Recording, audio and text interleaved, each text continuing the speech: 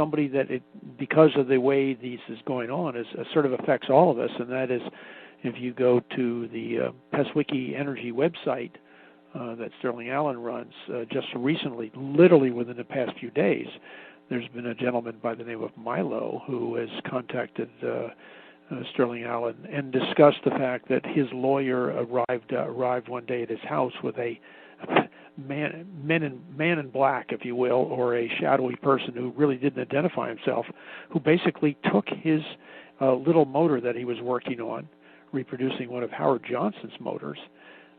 It's just a simple little example, but took the thing away from the man and took a lot of his papers and stuff. And his lawyer brought this guy into it. And it's now all over the web. So because he squawked, he didn't keep his mouth shut. And that's something that literally happened last week.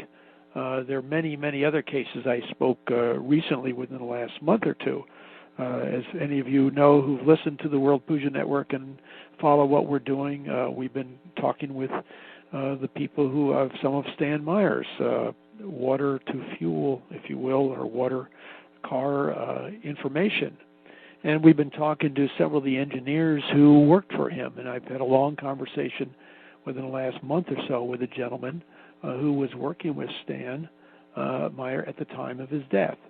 And he told me, from him to me to you, that within several hours, I think he said within 2 hours of the time that Stan died, that a lot of materials had been removed from his laboratory, and they didn't know who had done it. And so that is, so somebody was watching very closely and moved in the second they had an opportunity to move a lot of materials, documents and designs and papers documenting what Stan Meyer had done. So this goes on all the time. Many of you know of the example of Wilhelm Reich, who in the 40s and whatever, 50s, basically his materials were taken from him as he was thrown in jail because of some of the technologies that he was working on, which included both energy technologies as well as healing modalities.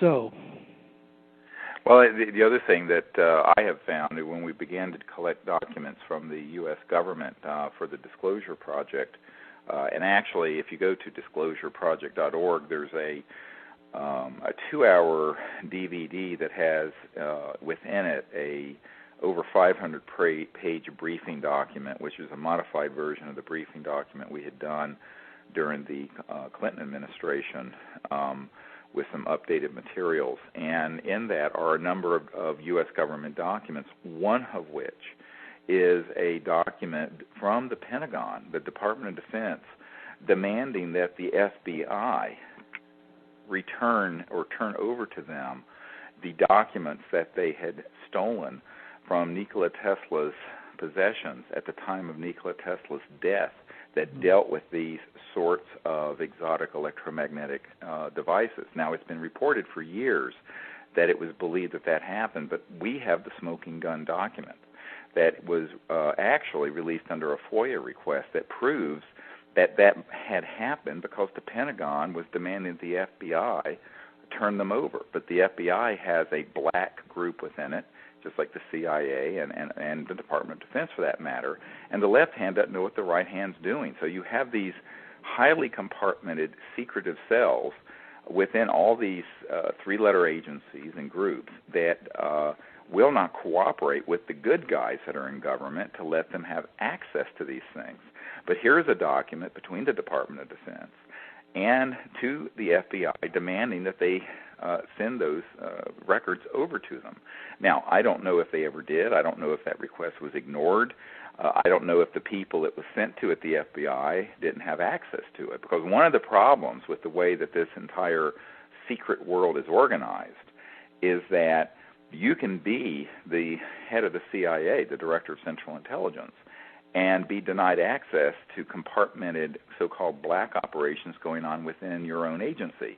How do I know this? Because I'm the guy that have sat and done briefings for sitting CIA director and sitting director of the Defense Intelligence Agency, et cetera, and so on. So it is a very dysfunctional system where Eisenhower is warning, beware the military-industrial complex, because it will become a threat to our democracy and our institutions and our way of life. I'm paraphrasing, but very closely to what Eisenhower said in January of 1961 as he was leaving office. Unfortunately, this is precisely what has happened, and what you have now are people who, for example, when Gordon Cooper wanted to find out, when he wanted to give, I should say, to the Secretary of Defense Cohen information about some of this stuff. And he, as you may have known from the Disclosure Project materials, and again, you go to disclosureproject.org and see this. It's in the book Disclosure, as well as in the DVD video interviews that have Gordon Cooper's statement in it. Gordon Cooper, back in the 50s, his crew had filmed the landing of an anti-gravity device believed to be of extraterrestrial origin back in 56 on a dry lake bed in Edwards Air Force Base, or in one of the facilities way out on the range outside of Edwards Air Force Base. And this was daytime, broad daylight. The film was taken. Gordon Cooper, one of the heroes of the early astronautics field, and was one of the early, I think, Mercury astronauts, actually saw the film, looked at it. He was ordered to put it in a package and have a special Pentagon plane fly it back to the Pentagon, after which he never saw it again. But he knew all the details of it, the dates, the circumstances, everything. So he gave all of that information to the Secretary of Defense for President Clinton, Cohen. Cohen wanted to know about these things and had met with one of our witnesses, this astronaut, Gordon Cooper.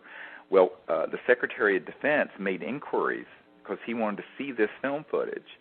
And all he was ever told was that it doesn't exist anymore. No one can find it. And the reason for that is because it was in this black compartmented world and had been sequestered away even from our government leaders. This is how dysfunctional this excessive and illegal secrecy has become. And the reason for it is because the people who run the global elites, who run the international finance and petrodollar and oil and gas and industrial systems, really don't want people to have free energy. They don't want us to have devices where we can go from, New York to L.A. Without touching a surface and without any pollution or fuel or payload, which is what these craft do. They don't want you to have a home that doesn't have to pay several $1,000s a year to heat it and cool it and what have you, because that metered, controlled, centralized system enriches a rather small number of people, but also keeps the world under the thumb of these elites, but in the consequence of that creates 80% of the world living in poverty. But the geopolitical, the macro geoeconomic and geopolitical consequences of this are enormous, and this is why these extreme measures have been taken, and why even a lot of our senior government officials that I have briefed personally, and that other people like Gordon Cooper have met with, have been absolutely denied access, even though you would think, well, gee, this is the guy who's head of the Department of Defense, or this is the guy who's head of the CIA, or this is the senator who's on the Senate Intelligence Committee. It doesn't matter.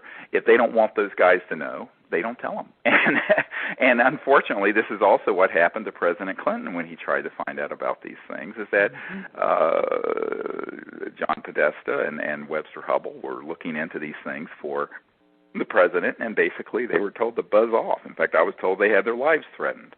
So I think that what we have to do is say, okay, we're trying to change that dynamic, but what we can do is support financially these sorts of inventors, and hopefully one of them, when we're supporting a number of them right now, one of them will actually make it across the goal line with something that works.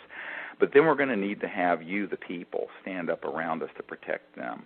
and all of us, and also demand that the good guys in the United States government who are not part of this clandestine and illegal activity, that they provide the investigative and protective services so that these technologies can come forward.